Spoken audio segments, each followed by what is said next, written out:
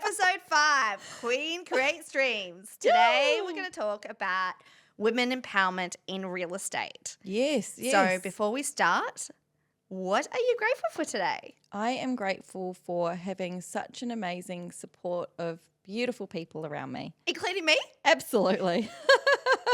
What are you grateful for today? I am grateful for finally running again. Even though I look like Forrest Gump. Oh, you don't. Oh, I so do. But I just love it. It just gives me that much energy. I love that. And like we normally do, I'm going to start with our daily mantra. So today's daily mantra. Today, remember to smile. Smile because you have options. Smile because you have more chances. Smile because you are loved. Smile because you are supported. Smile because you can embrace the possibilities of today. Smile because you are grateful. Smile because your dreams are designed to become a reality. Smile because you are alive. And smile because you can, girl. Oh, let's celebrate that. Yeah. No, that's cool. So to start off, I wanted to talk about how the industry for women have changed in real estate. Dramatically. Oh, in the 1950s, do you know the percent of women in this industry? Have a guess. In the 40s. No, Oh, what? 14%. 14%. 14% were in this industry. I knew there was a 4 somewhere out there. 2024, what does it look like? I feel like there's a fair few real estate women out there. So 43%. Amazing, isn't it? It's all come down to, well, not all, but there's a lot of, equality, gender diversity now. Yeah. That no industry is male or female dominant, that I can think of, because it's changed. You see women in construction now. Women engineers. Yeah. Women in real estate. Yeah. It's evolved so much, and it's, gone are the eras that women were the stay-at-home mum. Women are now finding their own sole purpose outside of being just a mother and living their life. I guess then we try to find the balance between personal and professional. Yes. Now, why did you start in this industry? Oh, it was definitely a lifestyle change for me, with family and making money and looking after people and doing what I love. I absolutely love property. I've done very well in it. So that's why I wanted to change my hobby into a career.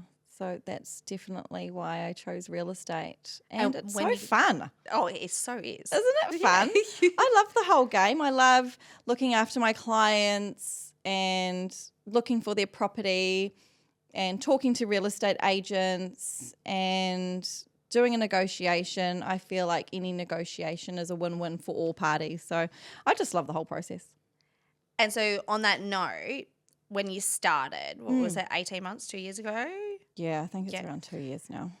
That first deal, give me a bit of an insight. How did you feel? What was that deal? Yeah. So not a personal deal for myself because I've bought and sold my own property, but for one of my clients, I was nervous. I was scared, but I had that self-belief and backing myself up and confidence, and that's what women in real estate have. So a lot of people that I look up to in real estate, for example, buyer's agents, there's Wendy Russell up in Brisbane. She is so inspiring. She's been in the real estate industry for over a couple of decades now, and what I notice a lot of people, women who have done very well in the industry, have started as a receptionist or a property manager, an associate, and have really learnt the ropes and the skills to work their way up to become chief executives. Yeah, so that's what inspires me as well. So with why I got into real estate, as I had said to you previously, it was about the first land I had, and then I built my first home, and then I got another investment property, and then built another home, a custom home this time, and I was always flipping homes. I was going down the track before COVID hit to get into property development. And then COVID hit and, prices skyrocketed, materials skyrocketed, DAs blew out, So I was like, okay, right now it's probably not the time to delve into property development. So I'm going to get into real estate. Yeah, how was your first deal? Tell me about that. How did you get your first client? Where was it? Tell me all about it. So really interesting. So I'm predominantly in that Kingscliff, Casuarina, Pottsville area, northern New South Wales. Right now I'm everywhere because clients are calling me from everywhere. But predominantly my first deal was in Kingscliff. And the call actually it wasn't one that I had prospect. This person actually called me. And especially when I just started. I'd only been 2 months in the industry. Yeah, wow. And Henry, his name was. And Henry gave me a call. He was an older gentleman. And I went and did an appraisal at a property. I ended up then finding out that Henry's father, who was a Henry as well, worked for my grandfather in the black sand mining in Kingscliff. Oh, wow. So my grandfather, Jim Murphy, started the black sand mining down in that area. So before all this development, it was a sand mining field. And there's a road named after my grandfather, Murphy's Road, as you drive into Kingscliff. Yeah. And what was just so amazing about this deal, it wasn't like it sold off market. So I sold it within 24 hours off market. That was my first deal. Wow. Above what they wanted. Incredible. But the experience I had, it wasn't even about that. I got to learn about my grandfather. I never met my grandfather. Yeah, wow. So Henry gave me books. He gave me samples of black sand mining and all that. And from that moment, I was just like, the connections you can make in this industry are just amazing. Yeah. It's so interesting how our lives can cross paths in different ways. Yeah. And since then, I've signed about 3 clients through the history of my grandfather. Wow. And it's not even me putting it out there. It's just the connections just happened. There was another deal recently I did where I did a door knock. And as a female, it can be quite challenging to make that step. Yeah. What, door knocking? Yes. Yeah. Can you actually talk to me about door knocking and how you get that confidence to do that? Because I have been cold calling. I don't like it. How do you get through the door knocking? Because you're actually going to houses knocking on doors. What advice do you give to anybody who, is in the industry or wanting to start the industry? Because it's not all, Maseratis, is it? No, you've got to have that confidence inside you. You don't know who's going to answer the door. And as a female, that can be challenging. So you also need to know the houses you're approaching, if that makes sense, because you want to make sure that you're staying in a safe environment as a female. And it's hard to say that, every suburb does have a bit of crime and you don't know what door you're knocking. No. So that was a big thing for me starting off. And I would joke to the boys going, look, I'll split comms. Come and door knock with me. Yes. Because I was so not secure on that. Yeah. But one day, so I've been door knocking and one day I door knocked on this house. The vendor wasn't home and I left a leaflet. And the interesting fact is that he ended up calling me based on just a flyer. He didn't even meet me. And from that, I secured 17 million worth of property. Isn't that incredible? From that one door knock. Isn't that great? But the best thing out of it wasn't the amount I secured in property. The best thing was another elderly gentleman that knew my grandfather. Oh, but this time, he hated my grandfather and he still listed with me. And I said to Alan, I'm like, the day he's like, oh, I want to sign up with you. I was like, this is really interesting because you didn't trust my grandfather, but you're going to trust me. And we got to know each other very, very well. And I loved it. The older generation work very well. Yeah. So when in real estate, there's a lot of rejection. How do you handle rejection? So you're knocking on a door and someone's like, I can't swear. Rack off. Rack off. Don't come near my house. Fudge. Yeah, fudge off. How do you actually keep going? How do you keep going to the next door, to the next door, to the next door? Because when one door closes, another one opens. Love it. So you can be rejected so many times, and that will happen in this industry. Yeah. It's just doesn't matter if you're doing cold calling. It doesn't matter if you're doing door knocking. Doesn't matter if you're doing a listing presentation. You could get rejected in that way. And the worst they can say is no, right? Exactly. Yeah. Yeah. At the end of the day, we're trying to run a business. We're trying to connect people through buying and selling. Yes. And that is our job. Yeah. So we need to do everything possible to make that possible, if that makes sense. That absolutely does. And all they can say is, I'm not interested. Yeah. Great. And look, they can hang up the phone straight away. Absolutely.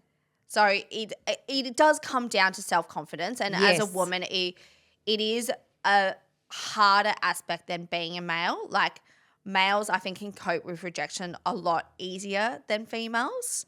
Yeah. And I think that's because of lifestyle of how women have been rejected in the past. And we don't have that strength of empowerment like a male does. And I guess it depends on who you've been surrounded by. Yes. But like I said, I lost all self-worth, and I have multiple times throughout my life. Yeah. But then rebuilding that has blossomed into the career I have now. Yes. So it just shows that, one door closes, another one opens. You just got to keep going. Yes, you do. And consistency is key. 100%. Yeah. 100%. Yeah. And you know, what's good is that now men and women are collaborating. I'm Yes. seeing a lot of that. Like, don't you think? Oh, absolutely. So when I work with, because I work with a lot of buyers agents as friends, and we all help each other out. And, you know, there's probably a larger portion of females in the group. And it's really great because, you know, we all get together. Usually in a couple of, like, every 8 weeks, every couple of months we'll get together and we'll all collaborate and we'll talk and it's really, really great to discuss what we're all doing together. Because I feel like in the past in real estate, it's men in suits, right? Real estate agents in suits.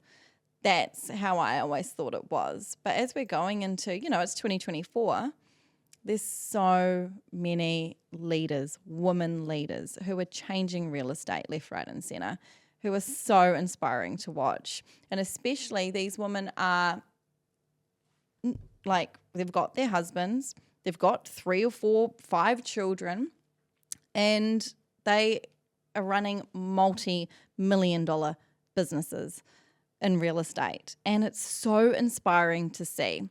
It shows that anything is possible if you keep that consistency work and you keep going and you don't let that door knock let you down. You just keep going. Well, look, sometimes it does. So why do you think women are becoming a bit more dominant? Like, obviously we're not at the 50% yet, so we're not half, but why in this industry that was so male dominant do you think women are blossoming? Oh, I feel like it's the feminine energy that we all bring. You know, it's that nice, caring, calm energy along with assertiveness and fairness and wanting to make sure that all parties are looked after in the property transaction.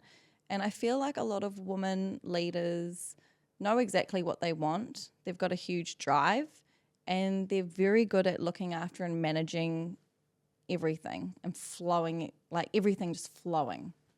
What do you think? Yeah. It's what you said. Like we're project managers in a way because we're so used to that in our lifestyle with our children. We're used to the timelines. We're used to navigating things everywhere. But it's also, like you said, it's that care nature. It's property is not just a transaction. And gone are the days that you can be a shark as an agent and think one transaction, another transaction, another transaction. Because people don't want to be transactions. No. They are people at the end of the day. They want to feel good about themselves. Yes. And they want to trust. And honesty is the key. Yes. Women are honest. Yes. I'm not saying men aren't, but I feel like there is certain things that I've learned in sales, and being a shark is definitely something that scares owners away. Like I've made calls before, cold calls, and the person on the other side, they've dealt in property for 40 years, said to me, I just don't trust you. I don't trust agents. I think real estate agents are one of the top % of untrusted people Like car in, sales. in the world. Oh, in the world. I'm trustworthy. I'm 100% trustworthy. No, I know, but it's the perception of real estate agents. Oh, it is a perception. Yeah. But it is slowly changing. Absolutely. It's great. Every real estate agent I have done a deal with, I've never had any issues. Everything has been so smooth. And I can hand on my heart say that truthfully, I have never had any issues with a real estate agent. I don't know where people get these stories from because I've had smooth sailing I could tell deals. you some stories so, from an agent perspective. But what I'll say is I'm not going to delve into those stories. All I know is owners see through that. People see through it. And if you want to go and undercut another agent, this is not the time anymore. Okay. Yeah, All right. not the time. Owners see it and they won't list with you. Okay, so is that when you've got a property and there's a couple of agents trying to get the listing? Right, okay. Yeah, I don't really have if that. you've got a property that you had for a while, you'll have another agent call that owner saying, like we've seen, you've had this listing for a while, and try to undercut that way. It is the nature of the business in a way, and everyone has a job to do, and that is to transact that property to the value of what the owners want and the value of what the buyers see at, but in the nicest nature. Yes. So that's similar to me when I have a client, a possible client who's wanting to sign up, but then they talk to other buyers agents as well. I always say definitely talk to other buyers agents, get a feel. You need to make sure that you can work with them. You need to make sure that you're happy and you trust them because you're paying them a large amount of money to search for property. And I'm like, oh, what other buyers agents are you talking to? Some don't want to tell me and some are like, oh, I'm talking to this person. I said, oh, wow, they're amazing. They will do such a good job for you also. So yeah, you'll be in the best hands no matter who you go with. So I'm never ever like when you're saying that they undercut, yeah, I couldn't ever do that to one of my buyers agents friends out there. Oh no, in this industry you need to support each other. Absolutely. And Absolutely. that's the way it should work, whether it be as a sales agent or a buyer's agent or any industry. Anything. Really. Yes. We're better together. Yeah, absolutely. And I feel like there's no competition at all. I feel like in the world there's enough for everybody. Exactly. Yeah. There's yeah. enough piece of the pie for every single person. Yes. Yeah. And so if you were talking to, let's say, your daughter or you're talking to a teenager wanting to get into the industry, what would your advice be to them?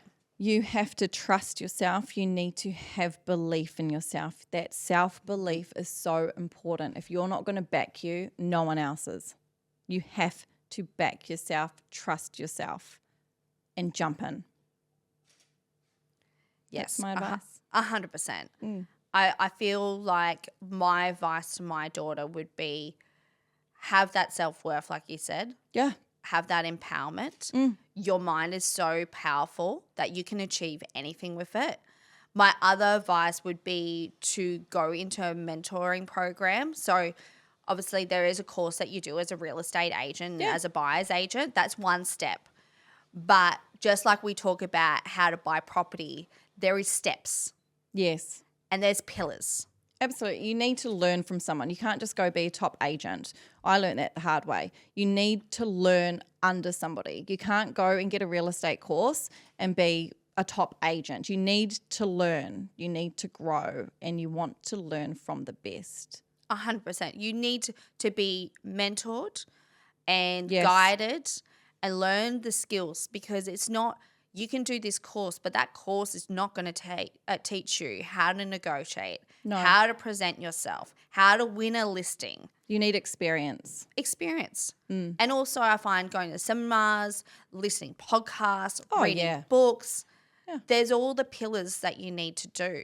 And don't feel like, okay, I'm just in administration. Well, guess what? Some of the best agents have come from administration. Yes.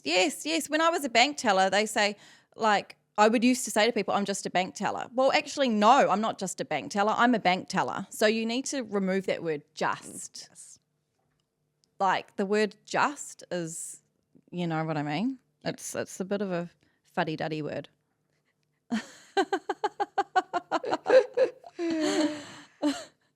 I want to know, how do you find the juggle between real estate, so your professional life, and your personal life? A calendar. You need a calendar. How many calendars do you have? I have 2, and I've got a weekly planner, and I have my whiteboard calendar, and then I've got my phone calendar.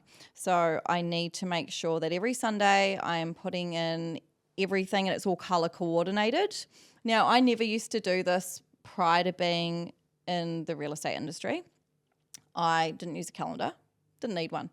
Now it's very important to make sure that your time is managed very well. Everything is put in the calendar, and that's how I juggle. And it's really, really smooth when you know exactly what you're doing on what days.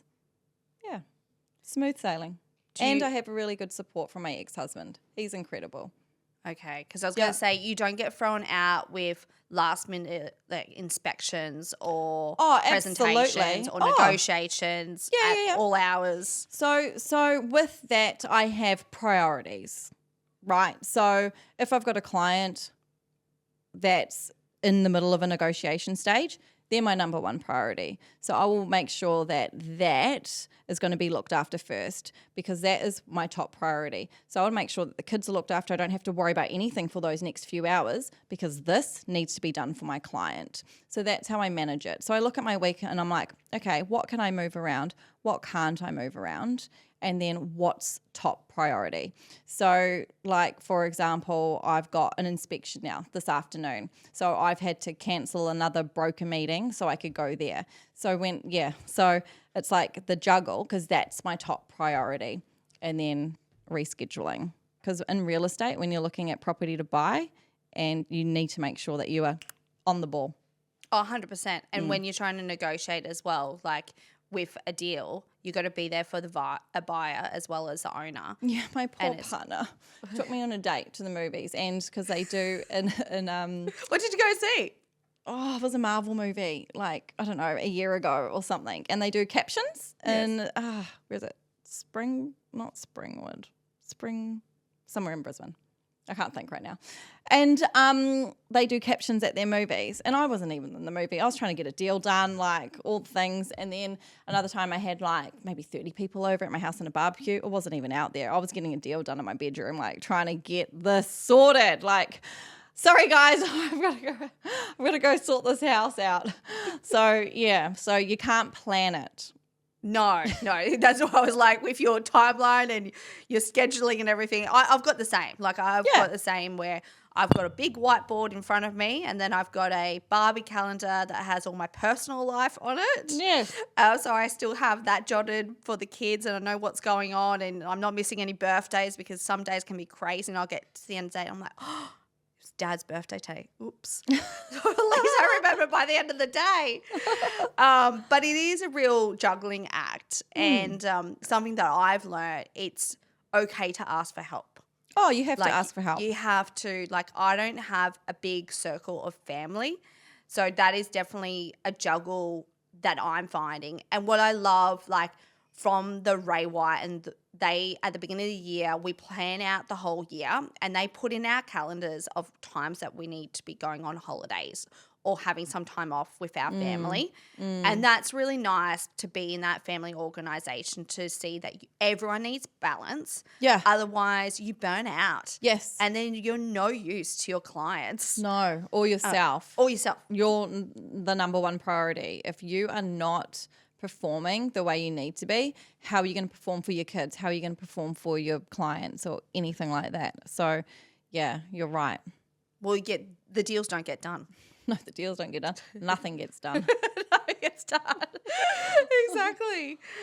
I feel like, what do you think the change is going to be in real estate moving forward, especially with women? Oh, there's going to be more of us.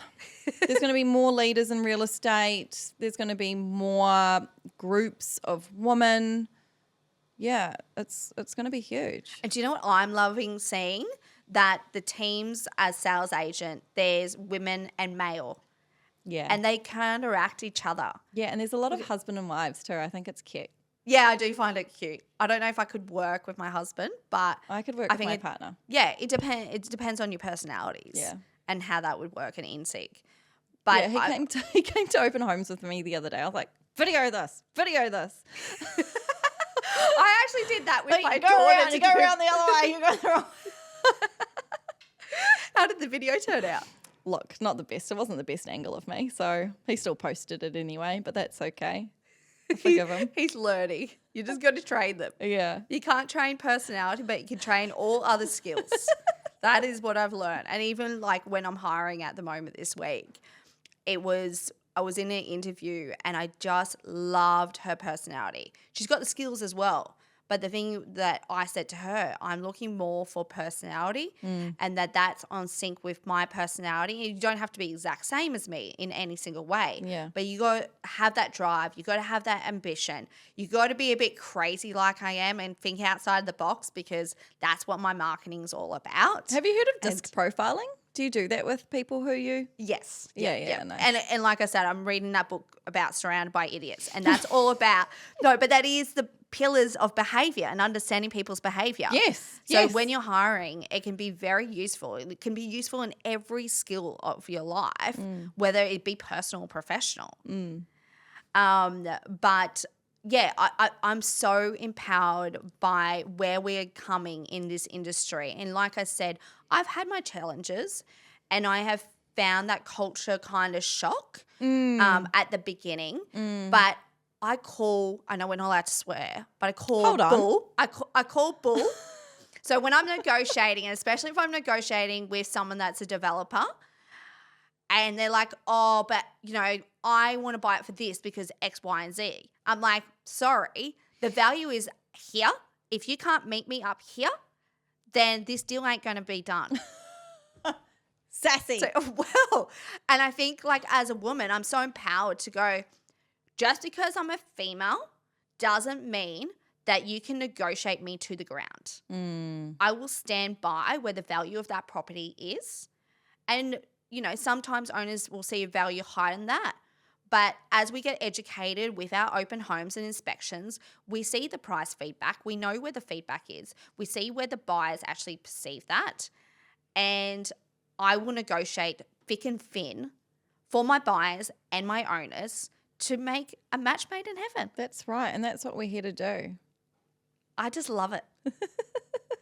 So next episode. Yes. Episode 6. We'll talk about that then. Yes. And I've got someone that's coming on, very inspiring woman that does seminars around Australia, helping to manifest and create your wildest dreams. Oh, this is exciting. So till next time. Let's get it, girls. Let's get it.